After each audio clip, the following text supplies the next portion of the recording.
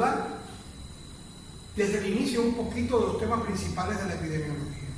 Recuerden ustedes que cuando hablamos de epidemiología nos estamos refiriendo a esa ciencia que se ocupa del estudio de las poblaciones, que a diferencia del método clínico que basa su estudio en los individuos, sobre todo en las personas que están enfermas, la epidemiología busca estudiar los problemas de salud que se ven en las poblaciones humanas, sobre todo con el enfoque preventivo. Si vemos nosotros en la historia de la epidemiología, recuerden ustedes que los primeros enfoques que se dio a esta materia era que estudiaba las epidemias. Recuerden que habíamos dicho, en la primera etapa del funcionamiento de la epidemiología, de su puesta en práctica, se decía que estudiaba las epidemias. Sin embargo, en el transcurso de la historia de la medicina y de esta ciencia que es relativamente joven, hemos podido comprobar que la epidemiología estudia la distribución y la frecuencia con que aparecen los problemas de salud en la sociedad, los factores de riesgo asociados y de exposición a riesgos asociados a los individuos, y por lo tanto buscar posibles soluciones a estos problemas que se confrontan en las comunidades. Por lo tanto, creemos que el concepto de epidemiología, que estudia la ciencia esta y qué importancia tiene para el individuo, es algo que un médico nunca debe olvidar y saber diferenciar el método clínico del método epidemiológico.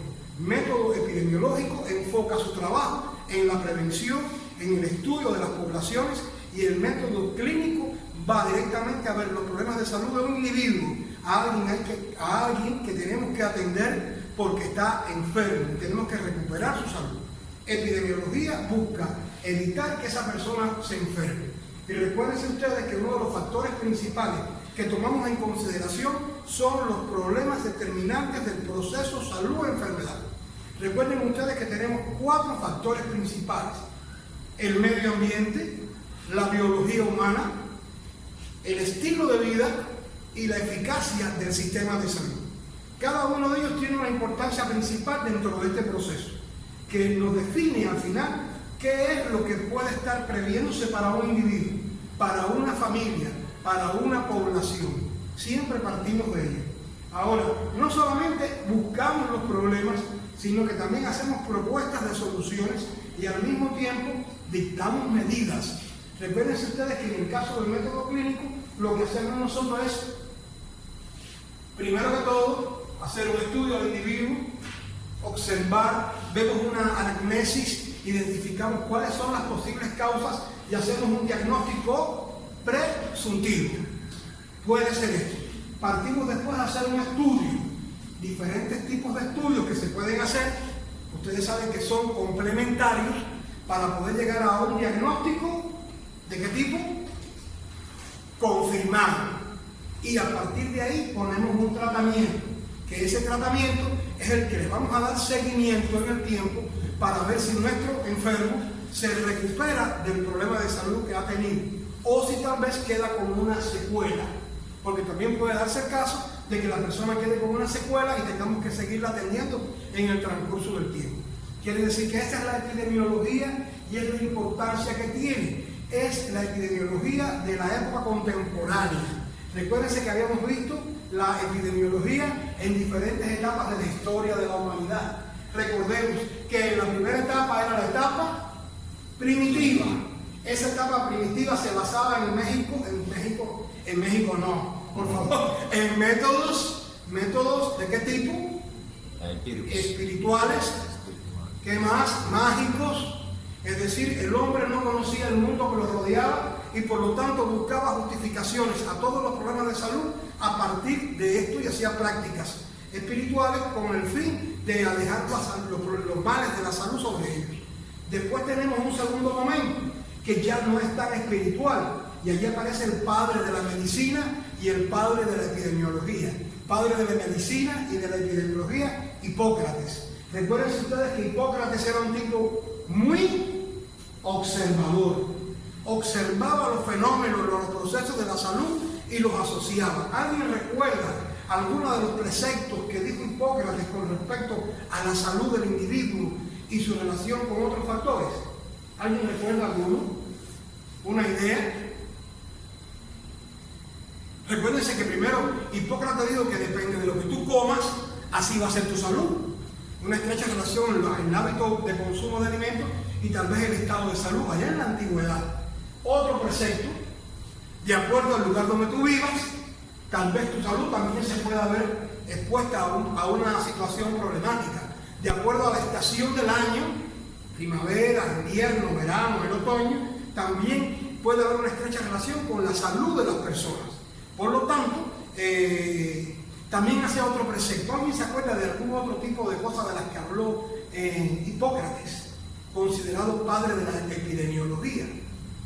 Claro, ustedes lo están diciendo en su casa. ¿Cuáles? Hipócrates habló de las enfermedades endémicas y de las enfermedades epidémicas. Las enfermedades endémicas, que normalmente eran las que cruzaban dentro de una comunidad durante todo el año, aparecían de un momento a otro, siempre estaban. Y había otro tipo de enfermedad, que es la enfermedad epidémica, que visitaba la comunidad de una forma esporádica, una vez al año, cada 2 años. Entonces ese concepto de endémico y epidémico que hoy lo utilizamos nosotros es desde aquella época, de la época antigua, de la época, podemos también que es como la época del esclavismo, ¿no es verdad? Esa época que tenemos ahí un gran pensador que fue Hipócrates, pero que también hubo otras personas que hicieron importantes aportes. Ahora bien, después de esa época de tanta importancia con Hipócrates y otros pensadores, y de haber renunciado a aquellos pensamientos que eran mágicos, sobre todo aquellas prácticas que no vieron una explicación de la realidad, entramos en un momento un poco crítico. Después que salimos de ese periodo de la época antigua, ¿a qué periodo de la historia entramos?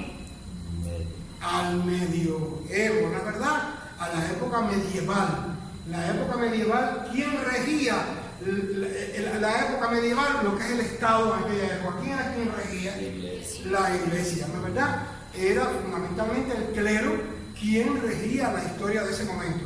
Y algún estudiante pudiera decirme si fue un avance o un retroceso ese periodo para la epidemiología. Retroceso. Fue un retroceso, muy bien. ¿Y alguien me puede decir en qué se basó ese retroceso?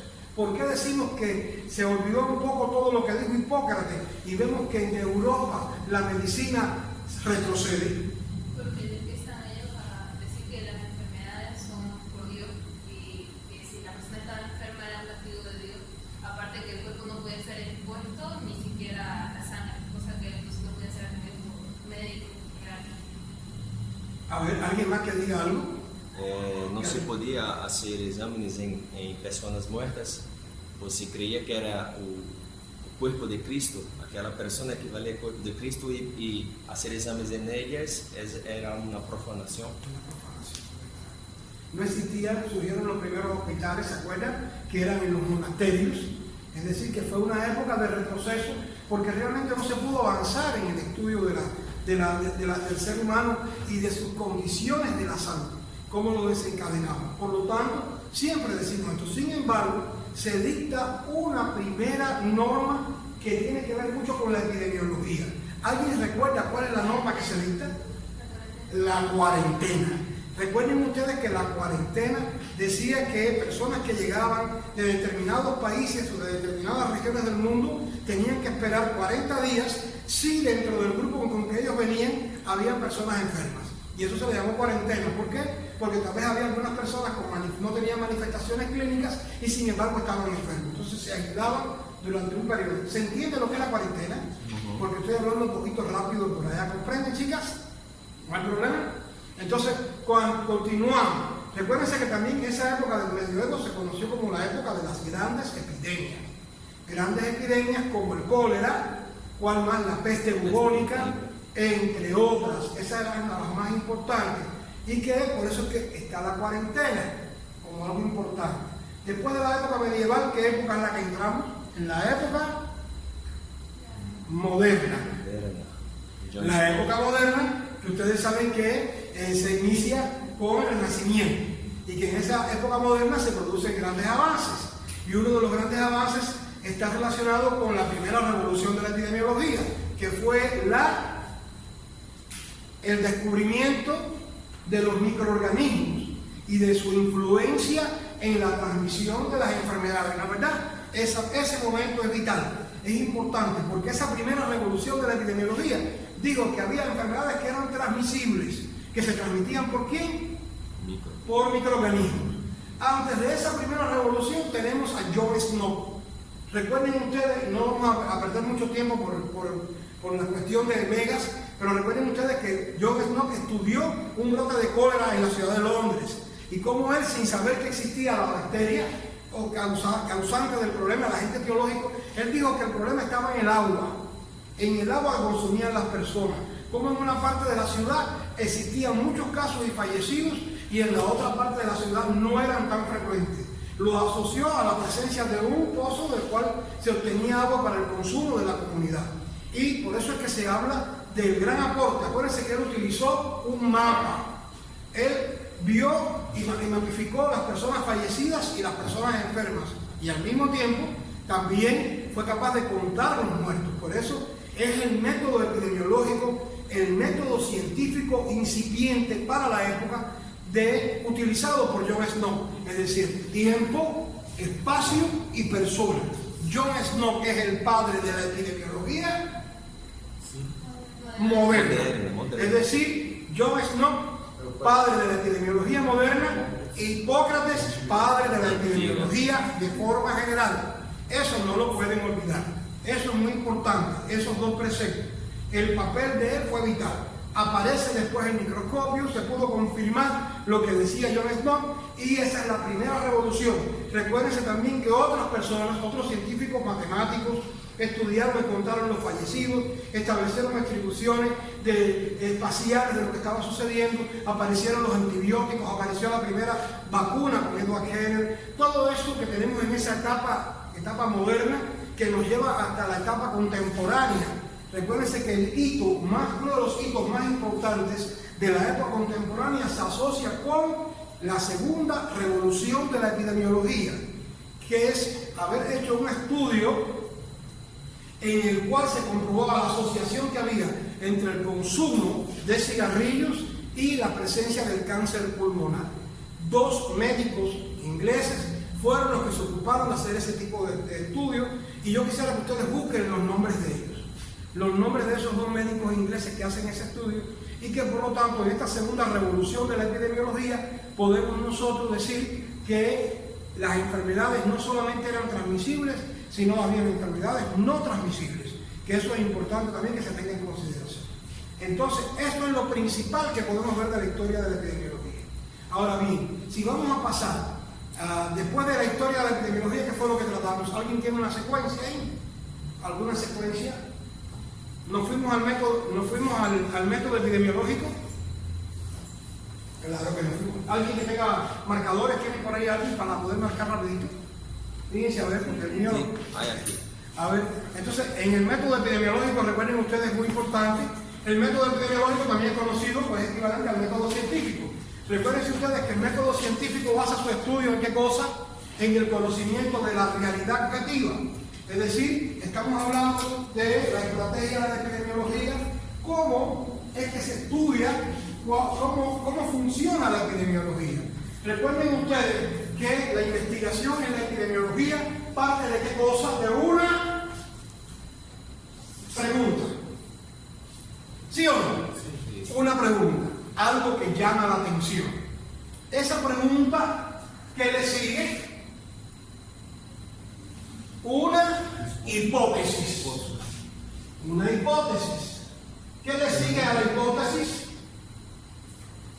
¿Qué le sigue a la hipótesis? Un estudio. Un estudio. Un tipo de estudio. Está bien, ¿verdad? Un tipo de estudio. Un estudio determinado. ¿Recuerdan ustedes algún tipo de estudio? Estudio retrospectivo, estudio transversal, estudio prospectivo, estudio caso-control, estudio de cohortes, ¿qué más? Estudio doble ciego. Es decir, de acuerdo a los datos que yo tenga y al tiempo en que yo voy a realizar un estudio, yo puedo elegir cuál es el que a mí me interesa. Después que yo hago el estudio, ¿cuál es la secuencia que sigue en el método epidemiológico en la estrategia? Resultados. Los resultados, ¿a quién deben responder? A la hipótesis. Deben dar respuesta a la hipótesis. Esto es importante. Recuerden ustedes que habíamos visto varios ejemplos de cómo yo preguntando puedo dar respuesta o no a una hipótesis. Aquí tenemos nosotros esto también. Los resultados pueden ser que digamos que la hipótesis es verdadera o que la hipótesis que yo me hice es falsa. ¿Ustedes están comprendiendo? ¿Sí o no? ¿Sí, chicas, comprenden? ¡Qué bueno! Sí me interesa que todos lo comprendan, lo entiendan bien. Ahora bien, fíjense, primer paso, una pregunta. Segundo paso, la formulación de una hipótesis que puede ser verdadera o puede ser falsa. Tercer paso, elaboración, es decir, propuesta de un tipo de estudio. Cuarto paso, llegamos a resultados y conclusión. Una conclusión, tenemos que tener presente. Esa conclusión puede decir que mi hipótesis es falsa y yo tengo que volver a formular una nueva hipótesis para continuar mi estudio. Ese es el método científico sobre el cual se basa la estrategia de la epidemiología, chicos. Es decir, esto hay que saberlo. ¿Cuáles son los pasos de la estrategia de la epidemiología? ¿Cómo funciona esto? Dudas. ¿Dudas en la casa? Me alegro mucho que tampoco en la casa haya dudas. Ahora bien, vamos a pasar a un elemento importante. Vamos a ver rápidamente lo que es la cadena epidemiológica.